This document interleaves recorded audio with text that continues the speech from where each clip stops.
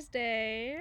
Today we're going to be reading our final Peter Brown book of the week, and that is My Teacher is a Monster. And this teacher's saying, no, I am not.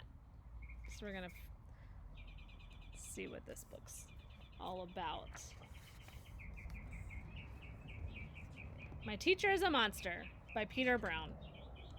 I'll turn it this way so you guys can maybe see a little better. There we go. Bobby had a big problem at school. Her name was Miss Kirby. Robert! He threw the paper airplane. Move it or lose it. Mrs. Kirby stomped. Mrs. Kirby roared. Settle down. Mrs. Kirby was a monster. No recess for children who throw paper airplanes in class. Bobby spent his free time in the park trying to forget about his teacher problems. But one Saturday morning, on the way to his favorite spot, Bobby found a terrible surprise. Uh-oh. Bobby wanted to run. He wanted to hide, but he knew that would only make things worse.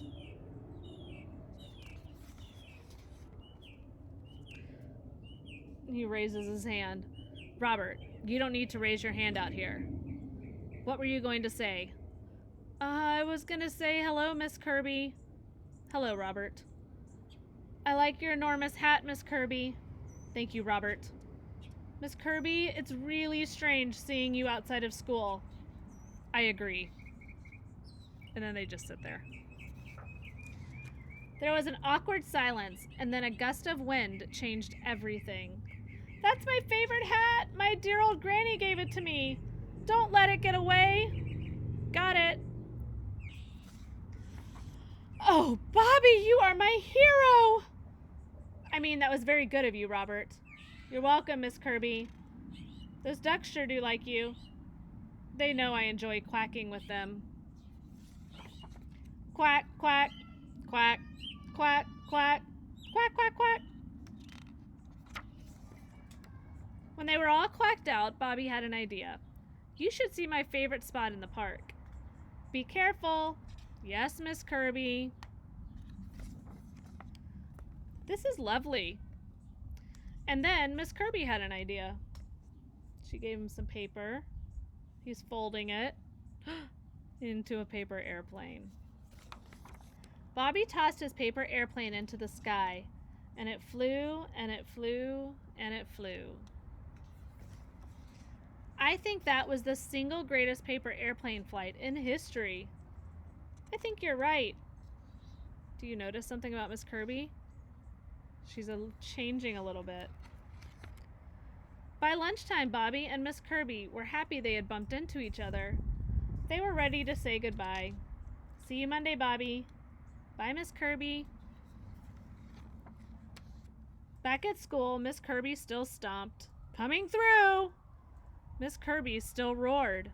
And then the bear said, roar! But was Miss Kirby still a monster? Great job, Bobby. Robert! The end.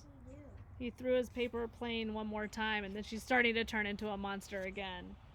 So, I think both the boy and the teacher in the story were a little misunderstood. He thought she was just really, really mean, and she thought he just liked to make trouble, until they kind of met each other outside of school and were able to spend some time away from the classroom, getting to know each other, and then they kind of discovered that they actually kind of like each other, and doesn't change the fact that she's going to get on to him when he does something wrong, and that he's probably still going to do things that are wrong, but now they can kind of understand each other a little bit more.